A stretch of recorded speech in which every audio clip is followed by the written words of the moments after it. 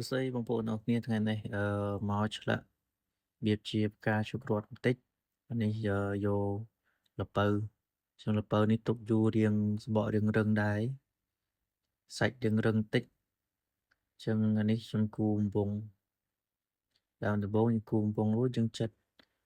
កាយយើងចិតអីបបែងកន្លះជាមូលសិនចឹងយើងចិតគូរបំពង់ហើយក្បិតយើងត្រូវតែប្រឈរក្បិតទី2យើងចិតវាចេញយើងរៀងយើងក្បិតតិចចឹងកុំឲ្យចុងក្បិតយើងទៅប៉ះខាងស្នូលខាងក្នុងពេកនេះខ្ញុំចាប់ផ្ដើមចិតស្លឹកតែនេះយើងប្របែកមិនវាស្តៀងនឹងផ្កាឈូករ័ត្នចឹងខ្ញុំចិតស្លឹកវារៀងមូលចឹងបងប្អូនអត់ស្ទាត់ត្រូវបែងកាឡាវាសិនចឹងខ្ញុំស្មានវាខ្ញុំអត់បានបែងកាឡាខ្ញុំស្មានយកជាដំបូងយើងចិតស្នូលខាងក្នុងមុនខាងក្នុងវាសំខាន់ពេលយើងចិត្តខាងក្រៅទៅពេលយើងចិត្តខាងក្នុងវាអត់មានកន្លែងចាប់ពិបាកចឹងយើងត្រូវតែចិត្តខាងក្នុងមុនឲ្យរួចបានយើងមកចិត្តខាងក្រៅនេះរាងសាច់វារាងរឹងតិចពិបាកចិត្តបន្តិចល្ពៅ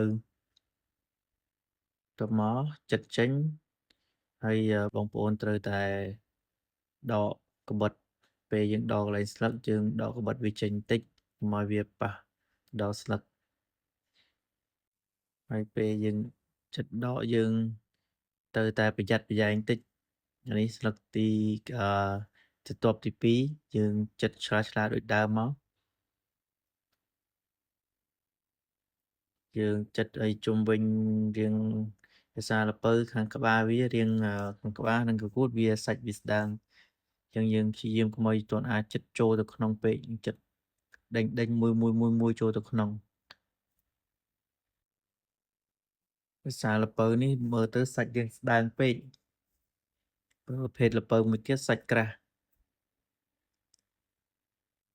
ចិត្តឲ្យបានជុំមកគ្រប់ស្លឹកវាបាទឥឡូវយើងចិតខាងក្នុងចេញមិនទាន់ចិតបខំវាក្រាស់ពេកយើងចិតស្ដើងយើងចិតពីរដងក៏បានចាប់តែបងប្អូនអត់ទាន់ស្ទាត់រឿងស្លឹកហ្នឹងអញ្ចឹងសង្កេតមើលពេលខ្ញុំដល់កន្លែងស្លឹកខ្ញុំដកក្បិតចេញបន្តិចហើយយើងស្តុបទី2ទី3យើងកាន់តែយករឿងតូចបន្តិច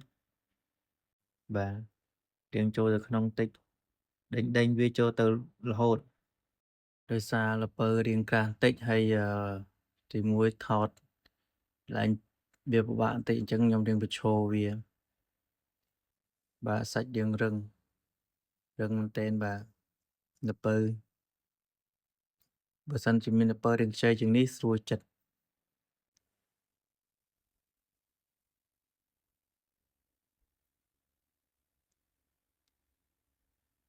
យើងសក់វាចេញមកស្ដើងតិចបើក្បិតយើងចិត្តយើងខ្លាំងដៃបន្តិចទៅវាព្រាត់ទៅប៉ះស្លឹកខាងក្នុងវាដាច់អញ្ចឹងអានេះអត់ស្មើខ្ញុំចិត្តថែមទៀតអានេះស្រីយើងកែច្នៃវាយើងចិត្តយកស្អាតបាទឥឡូវចិត្តយកស្លឹកចិត្តចេញហ្នឹងក៏សំខាន់ដែរយើងចិត្តធ្វើម៉េចឲ្យស្អាតពេលយើងចិត្តស្លឹកទៅគឺវាស្អាតបាទអង្គើនេះប៉ះដងកាមេរ៉ា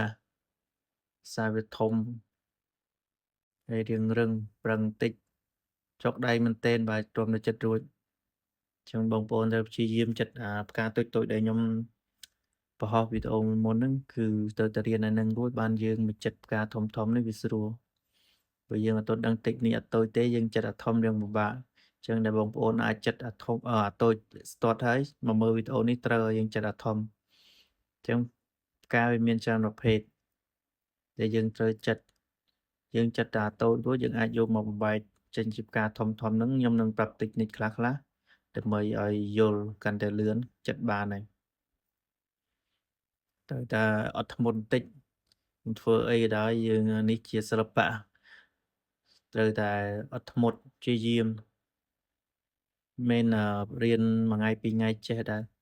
ត្រូវតែប្រើពេលរៀនតិចកាន់តែរៀនយើងកាន់តែចេះ កាន់តែស្ទាត់ដៃចិត្តកាន់តែស្អាតកាលណាដែលចិត្តយើងនិងដៃយើងនិងក្បត់យើងសហការគ្នាចិត្តមកដឹងតែស្អាតហើយ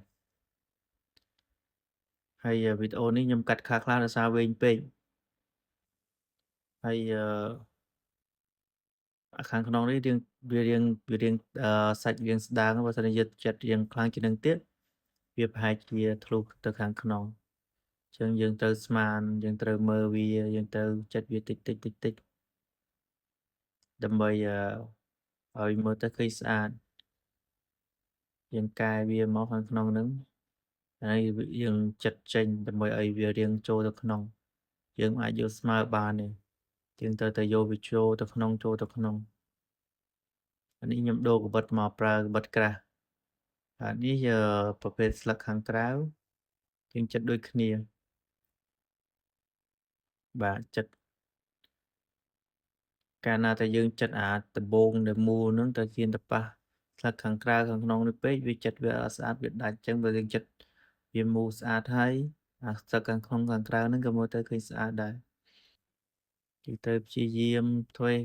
ហ្វឹកហាត់ធ្វើដៃបើមិនចឹងទេវាចិត្តវាអត់ស្មើ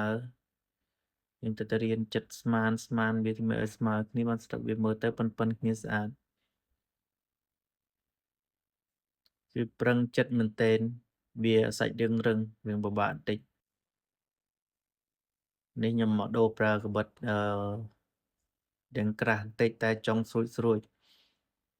យើងសំខាន់កាបិតយើងរៀងមុតបើកាបិតនោះទន់ពេកវាពិបាកចិត្តស្លឹកយើងមើលតាមប្រភេទផ្លែឈើបាទនេះស្លឹកទី1ខាងក្រៅចឹងប្រភេទស្លឹកទូចចេះយើងរាប់មើលផ្លែប៉ុណ្ណឹងយើងយក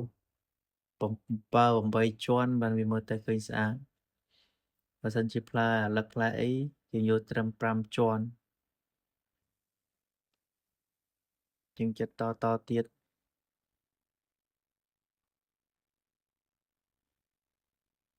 ចិត្តដូចតែមុនដែរបាទចិត្តដូចតែខាងក្នុងខាងក្រៅម៉ូតដូចតែគ្នាតោះតែយើងដឹងតិចខ្លះបើមិនចឹងទេយើងក៏អាចចិត្តទៅរួចយើងតន់តែមើលពេលមើលតែរូបគេចិត្តរួចយើងអាចចិត្តទៅបានទេបើយើងអត់តន់ចេះតិចនិចដើម្បីចិត្តហើយម៉ូតនេះយើងតាមនេះគេយកទៅប្រឡងទៅអីច្រើនចឹងខ្ញុំនឹងព្យាយាមធ្វើរៀនពីម៉ូតដែលគេនិយមហើយគេយកទៅក្រៅប្រទេសគេយកទៅប្រកួតគេយកទៅប្រឡងខ្ញុំនឹងព្យាយាមធ្វើវីដេអូនិងបង្ហាញដើម្បីឲ្យយើងដឹងថាក្បាច់ណាដែលពិបាកក្បាច់ណាដែលមិនពិបាកអ្នកខ្លះក៏ចិត្តបានតែក៏អត់ទាន់ដឹងថាក្បាច់ហ្នឹងគេប្រើការម៉េចគេយកទៅប្រកួតបានអត់បាទក្បាច់ខ្លះទាន់តែចិត្តបានតែមិនអាចទៅប្រកួតបាននេះស្លឹកទី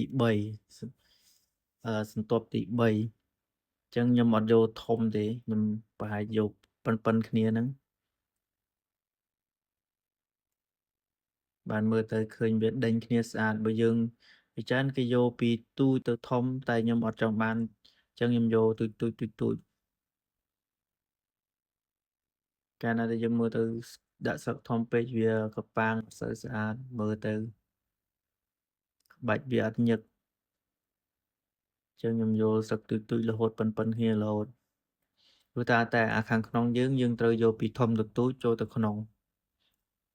តែអាខាងក្រៅនេះយើងមិនបាច់ទេយើងយកទៅទូចដូចគ្នាបានដែរចឹងយើងចិត្តមក3 4ស្ទាប់យើងចង់ខាងក្រោមយើងចង់លេងក្បាច់អីបញ្ចប់ក៏បានដែរតែខ្ញុំខ្ជិលពេលវេលាមានកំណត់ចឹងអីនឹងចិត្តយើងមិនទាន់ដែរចឹងយើងចិត្តមួយម៉ូតនឹងតិចទៀតបងប្អូននឹងអាចឃើញតិចនិចច្រើនដែលយើងត្រូវប្រើមិនបាទអានេះ3សន្ទាប់ហើយចឹងខ្ញុំយកស្ទឹកសន្ទាប់ទី4ដូចតែគ្នាទេបងប្អូនតែហេតុអីបានចិត្តផ្លែឈើចិត្តអាធំអាតូចខុសគ្នាអាធំយើងត្រូវការប្រើពេលវេលានិងការអត់ធ្មត់ច្រើន អញ្ចឹងការចិតស្លឹកហ្នឹងដូចតែគ្នាតែយើងចិតសំខាន់យើងត្រូវដាក់ចិតវាដើម្បីឲ្យកាន់តែស្ទាត់ដៃកាលណាចិតរួចយោខ្ជិលបោះចោលងាយចេះទេត្រូវតែរៀនវាចិតវារាល់ថ្ងៃបើមានពេលមួយថ្ងៃចិតម្ដងអីចឹងទៅយើងរៀនក្បាច់អីក៏បានដែរការ៉ុតផ្កាអីទួយៗក៏បានដែរយើងមិនបាច់ចាំចិតអាធំហ្នឹងក៏បានដែរឲ្យតែយើងបានចិតវារាល់ថ្ងៃយើងមើលវីដេអូទៅយើងដឹងតិចនិចហើយយើងយកមកប្របែកខ្លួនឯងខ្លះៗតិចនិចការចិតហ្នឹងវាមានច្រើនយ៉ាងច្រើនបែបបងប្អូនខ្លះមើលថាស្រួលទៅពេលឲ្យចិតអត់បានដែរហើយបងប្អូនខ្លះគាត់អារម្មណ៍គាត់ឌូតគាត់ជួយចិត្តគាត់ស្រឡាញ់ឆាប់ចេះរៀនមើលព្យាយាមបាទនេះខ្ញុំយកក្បាច់រាងស្រួលដើម្បីយកមកចិតចែកជូនបងប្អូនបើក្បាច់រាងពិបាកហ្នឹងវារាងយូរនេះកាត់ផងចឹងយើងចិតស្លឹកបន្ទាប់ទៀតវាដូចតែគ្នាទេយើងចិតទៅបាទសំខាន់យើងចិតយើងជីដើម្បីហ្វឹកហាត់ដៃយើងឲ្យវាទន់តែកាលណាដែលយើងហ្វឹកហាត់ដៃយើងបានហើយវាចិតលឿនយើងពេលយើងទៅប្រឡងទៅអីចឹងយើងចិតលឿនអញ្ចឹងការប្រឡងយើងត្រូវចិតក្បាច់ណាដែលទូចស្អាតស្ដើងដើម្បីឲ្យគណៈកម្មការមើលទៅឃើញស្អាតហើយលឿនមិនមែនចិត្តលឿនហើយអត់ស្អាតគេក៏អត់ឲ្យបន្ទោដែរ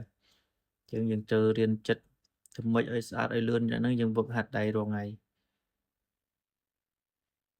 ល្ពៅនេះអាចจะប្រើពេលយូរបន្តិចពីខានចិត្តយូរពីមុនចិត្តតែខ្ទង់10នាទី12នាទីអីចិត្តរួចនេះចូល20នាទីតែកាត់ខ្លះតបមកខ្ញុំយកស្លឹកតបនេះរាងធំបន្តិច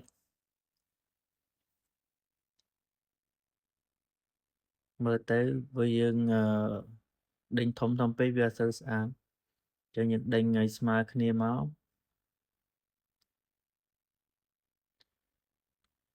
ពេលចិត្តមកអញ្ចឹងដេញពីចុងក្បិតយើងរៀកមើលសង្កេតមើលរៀកឲ្យជ្រៅយើងវាត់យើងដកក្បិតចេញតិចដើម្បីឲ្យខាងគៀនហ្នឹងជួយទប់វាអត់ដាច់ពេលយើងចិត្តទៅហើយយើងចិត្តសក់ចេញដូចគ្នាយើងចិត្តសក់ចេញយើងទៅពីស្ដើងយើងចូលក្បិតចេញក្បិតនេះដល់កន្លែងកលាក់ហ្នឹងយើងវាងស្លឹកចេញមកគឺយើងរៀងដកក្បិតមានយើងចេះតែចិត្តព្រោះអញ្ចឹងទេវាដាច់ស្លឹកខ្ញុំព្យាយាមកុំឲ្យក្បិតហ្នឹងទៅប៉ះពុកនេះខាងក្នុងពេកព្រោះយើងចិត្តតែយើងកាត់វាមកឆ្កឹះវាចំកលាក់កដាហ្នឹងមកគឺវាចេញហើយបាទ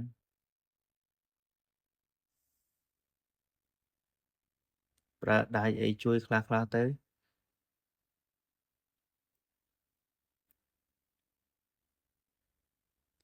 ស្លឹកទៀតយើងពីចំយើងមិនសូវយកជាធំបានទេស្លឹកយើងយកទូចហ្នឹងវាមើលទៅឃើញល្អិតស្អាត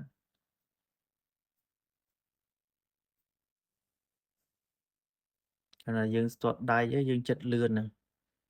តោះណាយើងតោះណាឃើញផ្លែឈើយើងដឹងថាយើងត្រូវចិត្តម៉ូតអីទៅម៉ូតអី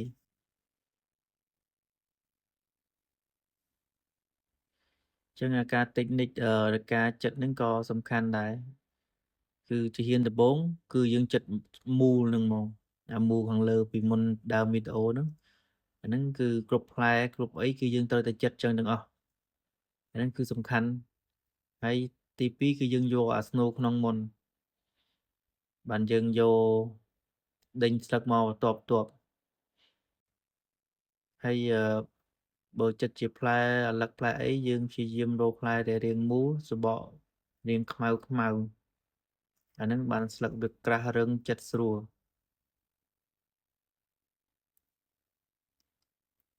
បាទនេះស្លឹកតទៀត ចឹងខ្ញុំគិតថាស្លឹកតែប៉ុណ្្នឹងស្អាតហើយចឹងអានេះចិត្តស្លឹកបញ្ចប់ហើយ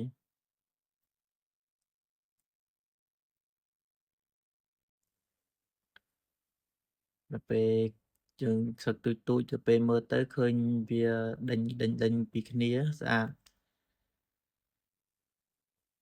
ព្រោះយើងយកស្លឹករាងខាងក្រោមរាងធំតែកុំធំពេក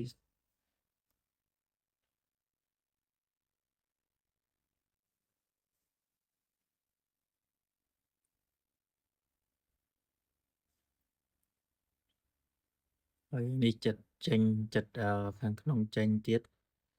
គឺវាដូចតែគ្នាតែយើងវាចិតឲ្យស្ទាត់ដៃឲ្យវាចេញជារូបរាងផ្កា